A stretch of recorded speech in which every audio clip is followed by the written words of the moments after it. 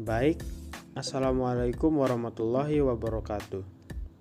Teman-teman semua, perkenalkan, nama saya Muhammad Rizalul Haq, siswa SMA Negeri 1 Dompu, kelas 11 MIPA 1. Di sini, saya diberi kesempatan atau berkesempatan untuk sedikit menjelaskan struktur anatomi organ batang. Yang pertama, kita akan melihat struktur pembahasan organ batang. Di sini saya telah menyusun yang pertama pengertian. Kita akan menjelaskan sedikit dari pengertian organ batang. Kemudian yang kedua, kita akan melihat gambar struktur anatomi organ batang. Yang ketiga, kita akan menjelaskan sedikit perbedaan antara batang dikotil dan monokotil. Dan terakhir, yang keempat, kita akan menganalisa keterkaitan antara struktur anatomi organ dengan fungsi organ. Baik, kita ke slide yang selanjutnya. Di sini ada pengertian batang. Teman-teman, batang adalah salah satu organ pada tumbuhan yang menopang daun dan bunga. Batang juga berfungsi sebagai tempat berkembangnya organ-organ generatif yang berperan dalam perkembangbiakan tumbuhan. Batang juga mendukung bagian-bagian tumbuhan lainnya, seperti bunga, daun, maupun buah. Karena batang berfungsi sebagai tempat atau jalur masuknya makanan yang dibawa dari akar menuju ke bagian-bagian di atasnya.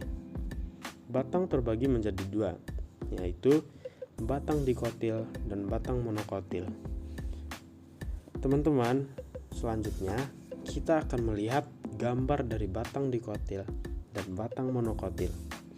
Di sebelah kiri layar kita bisa melihat struktur anatomi organ batang dikotil.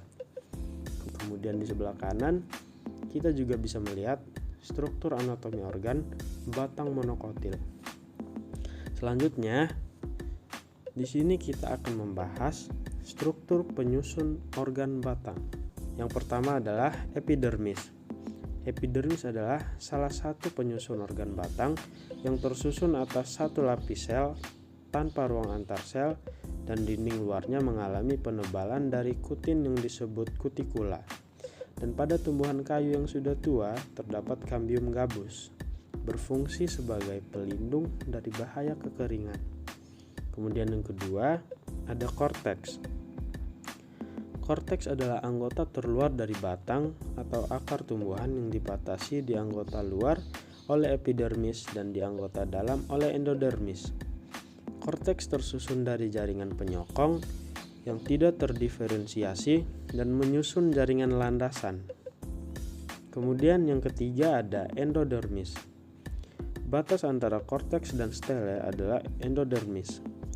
Endodermis batang berbeda dengan endodermis akar. Sel endodermis terdiri atas sel hidup yang berbentuk silinder kosong. Dinding endodermis mempunyai struktur yang khas dan khusus. Kemudian yang keempat, ada berkas pengangkut yang terdiri dari xilem phloem. Xilem dan phloem sendiri adalah dua jaringan berbeda yang memiliki fungsi masing-masing.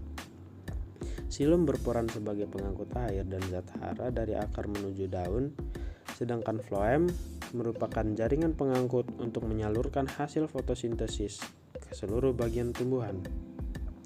Kemudian yang kelima ada empulur. Dalam anatomi tumbuhan, empulur adalah bagian terdalam dari batang tumbuhan berpembuluh. Istilah dalam bahasa Inggris adalah pit. Empulur biasanya berupa jaringan lunak agak kering, kadang-kadang berongga kecil-kecil. Fungsi empulur pada tumbuhan dikotil yaitu menyimpan cadangan makanan serta memperkuat organ tumbuhan dan pengangkutan air dan mineral ke arah samping. Yang keenam ada stele. Stele atau silinder pusat terletak di bagian terdalam pada batang. Stele berfungsi untuk alat pengangkut air dan mineral ke seluruh anatomi tumbuhan. Stele pada tumbuhan monokotil tidak terlihat jelas batasnya dengan jaringan korteks. Pada tumbuhan dikotil, stele terletak di sebelah bagian endodermis. Kemudian terakhir ada perikambium. Persikel atau perikambium adalah lapisan terluar dari stele yang berperan dalam pertumbuhan sekunder dan pertumbuhan akar ke samping. Di dalam perisikel terdapat xilem dan floem yang merupakan berkas pengangkut. Ada juga empulur yang hanya terdapat pada tumbuhan dikotil. Teman-teman, itulah struktur-struktur penyusun organ batang yang bisa saya jelaskan. Kemudian selanjutnya, saya sedikit merangkum perbedaan struktur batang dikotil dan monokotil. Yang pertama adalah batang tumbuhan dikotil berkayu, sedangkan monokotil tidak berkayu. Kemudian yang kedua, batang tumbuhan dikotil cenderung lebih keras dan tebal, sedangkan batang monokotil sifatnya lebih lunak, berserat, dan pada umumnya warnanya lebih hijau. Kemudian yang ketiga, batang tumbuhan dikotil bercabang. Contoh, pohon jambu, pohon mangga, sedangkan batang tumbuhan monokotil tidak bercabang. Contohnya pohon kelapa. Kemudian yang terakhir, batang tumbuhan dikotil berkambium, sedangkan batang monokotil tidak berkambium.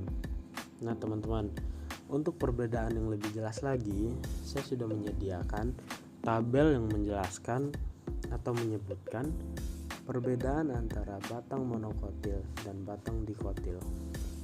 Kita bisa lihat yang pertama, pada batang monokotil batangnya tidak bercabang, sedangkan pada batang dikotil batangnya bercabang. Kemudian yang kedua, pada batang monokotil pembuluh angkut tersebar, sedangkan pada batang dikotil. Kemudian yang ketiga, batang monokotil tidak mempunyai kambium vaskular sehingga tidak dapat tumbuh membesar, sedangkan pada batang dikotil mempunyai kambium vaskular sehingga dapat tumbuh membesar. Kemudian yang keempat, pada batang monokotil mempunyai meristem interkalar, sedangkan pada batang dikotil tidak mempunyai meristem interkalar. Yang kelima, pada batang monokotil tidak memiliki jari-jari empulur, sedangkan pada batang dikotil jari-jari empulur berupa deretan parenkima di antara berkas pengangkut. Kemudian yang terakhir, pada batang monokotil tidak dapat dibedakan antara korteks dan empulur, sedangkan pada batang dikotil dapat dibedakan antara daerah korteks dan empulur. Kemudian yang terakhir nih teman-teman, keterkaitan antara struktur anatomi organ dengan fungsi organ. Yang pertama, terdapat korteks. Korteks merupakan organ yang tersusun dari jaringan parenkim yang berkloroplas. Sel-selnya berdinding tipis dan tersusun tidak beraturan, dengan ruang antar sel yang lebar. Dengan struktur seperti itu, dapat membantu fungsi organ batang sebagai tempat atau jalur zat-zat makanan yang akan dialirkan ke seluruh bagian batang. Yang kedua ada epidermis, merupakan salah satu bagian dari penyusun organ batang yang terstruktur tipis, tersusun rapat, dan tersusun tegap, sehingga menjadikan epidermis sebagai penguat atau pengokoh organ batang, dan ini membantu fungsi dari organ batang sebagai penopang bagian-bagian tumbuhan lainnya. Kemudian yang terakhir ada endodermis, salah satu sel yang mengalami penebalan, akan tetapi penebalan yang dialami oleh endodermis adalah penebalan gabus, dan juga terdapat beberapa sel dari endodermis yang tidak mengalami penebalan, sehingga memungkinkan air bisa melewati batang. Terima kasih teman-teman sudah mau menyimak sampai akhir dari video saya, dan jangan lupa untuk mengikuti saya di Instagram.